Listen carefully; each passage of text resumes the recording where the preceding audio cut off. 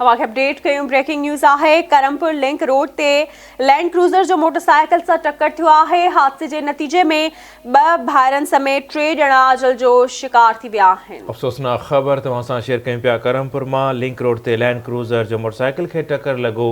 2 भाउरनि समेत 3 ॼणा अजल जो शिकार बणिजी विया आहिनि। फ़ौतुनि में इरफान नुसेराणी, क़ासिम नुसेराणी ऐं आमिर मीराणी शामिल आहिनि। मढ़ अस्पताल मुंतक़िल कया विया आहिनि। जिन नाज़रीन असां जॉइन कयो आहे, अफ़सोसनाक ख़बर तव्हां सां शेयर कयूं पिया।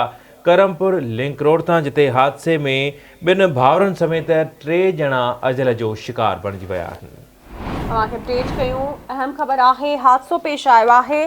फ़ौतुनि में इरफान नसीराणी, क़ासिम नसीराणी ऐं आमिर मीराणी शामिल आहिनि, जिन जे मढ़ खे अस्पताल मुंतक़िल कयो वियो आहे।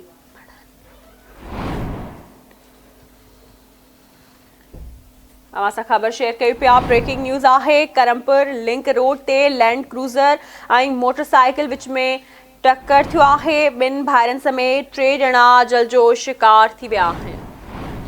हिकु भेरो ॿीहर अफ़सोसनाक ख़बर तव्हां सां शेयर कयूं पिया। करमपुर लिंक रोड ते हादसो पेश आयो आहे। 2 भाउरनि समेत 3 ॼणा फ़ौत थी विया आहिनि।